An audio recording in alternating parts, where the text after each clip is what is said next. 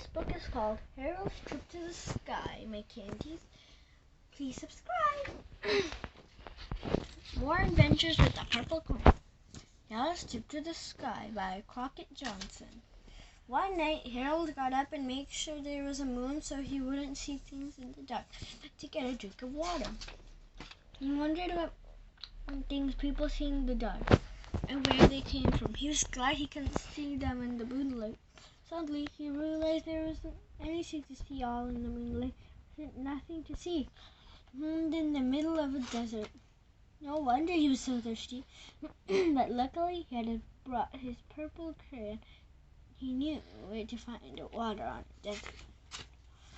There was always a pool of water somewhere near a palm tree. Harold drank deeply. There's nothing like a nice cool water on the desert. There isn't much else to do on the desert, Harold realized as he looked around, except maybe plant the seed. Then he remembered how the government has fun on the desert. It shoots off rockets. Go to the moon. Saw his rockets. He figured he could go there fast and back before breakfast. Hit the rocket and off he went. The rocket missed the moon. It went up by a mile and it went up, and into the dark. Tried to see where he was going by the stars. He tried planets and comets. What he really needed was to light his way to another moon. Harold looked closely. What he saw wasn't a moon. To his amazement, it was a flying saucer. He heard that flying saucers, people saw them in the dark, but he knew who was flying inside them. He decided to land his rocket right away. Landed bump on the bottom of a strange planet. There was no danger of falling off so big a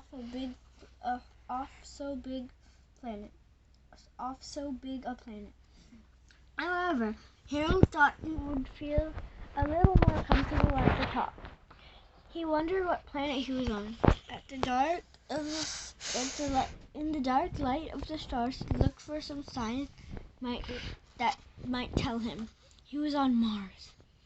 Harold had heard of men on Mars, so he yelled a couple of hellos hopefully. The flying saucer up there, he thought of the things people see in the dark. He felt a great need for company.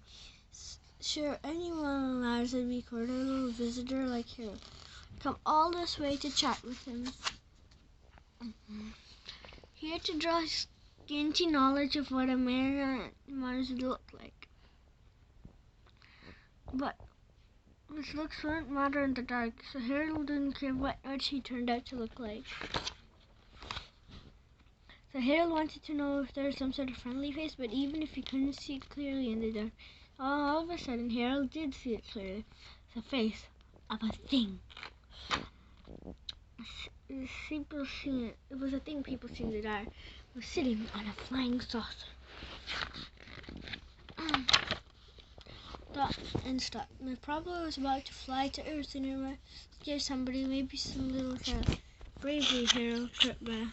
He crouched on tiptoe so the thing wouldn't hear him. When he reached out his purple crayon, he put a completely damaging crack on the flying saucer. Before the thing could grab him, he was off again, chuckling triumphantly, and as fast as he could in the dark. Happily, most of the way was down the hill. He hoped he wouldn't fall head over heels. He arrived safely. Heels overhead at the bottom of Mars where the rocket was.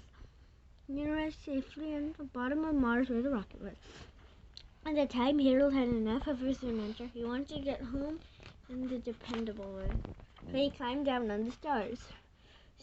It was sure but slow. And the points of the stars by his feet, Harold wished he were home. He realized that the best way to wish is a good big on a shooting star. He started wishing it. It just occurred to him that the last moment was to jump aboard. He shot right down to Earth where he made his neat two-point landing. He hadn't passed the moon on the way. He wondered what happened to it. It wasn't anywhere around. He realized it was just before dawn when it was time for the sun to come up. He was hungry. The sun appeared on the right time. Came up so big and bright, Harold remarked that it was going to be a nice day. Nobody even bothered flying saucers and things in the center. And the stick was startled when he thought he saw a flying saucer on the horizon. And it was mistaken. It wasn't a saucer, it was an oatmeal bowl. Al happened to like hot breakfast. He quickly drew up a chair and sat down to eat. Thank you for watching me read this book. Bye, my candy cane.